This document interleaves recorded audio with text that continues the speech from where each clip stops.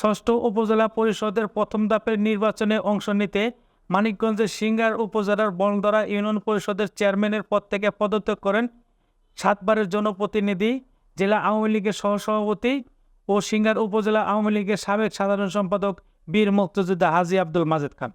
পরে তিনি সিংগার উপজেলা পরিষদ নির্বাচনে স্বতন্ত্র প্রার্থী হিসেবে আনারস প্রতীক নিয়ে নির্বাচন করেন, কিন্তু তিনি আরেক স্বতন্ত্র প্রার্থী উপজেলা আওয়ামী লীগের যুগ্ম সাধারণ সম্পাদক তরুণ আওয়ামী লীগ নেতা মোহাম্মদ সাইদুল ইসলামের কাছে হেরে দুকুলি হারিয়েছেন এই প্রার্থী।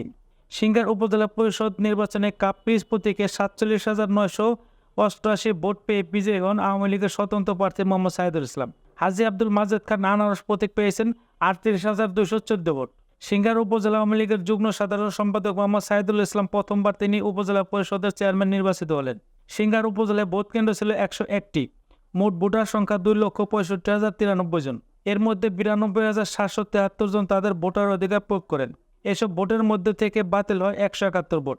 উল্লেখ্য, উপজেলা পরিষদ নির্বাচনে অংশ নিতে গত 9 এপ্রিল ইউপি চেয়ারম্যান বীর মুক্তিযোদ্ধা হাজী আব্দুল মাজেদ খান পদত্যাগপত্র জমা দেন। এরপর 15 এপ্রিল রিটার্নিং কর্মকর্তা ও জেলা নির্বাচন অফিসার মোহাম্মদ আমিনুল মিয়ার কাছে মনোনয়নপত্র দাখিল করেন।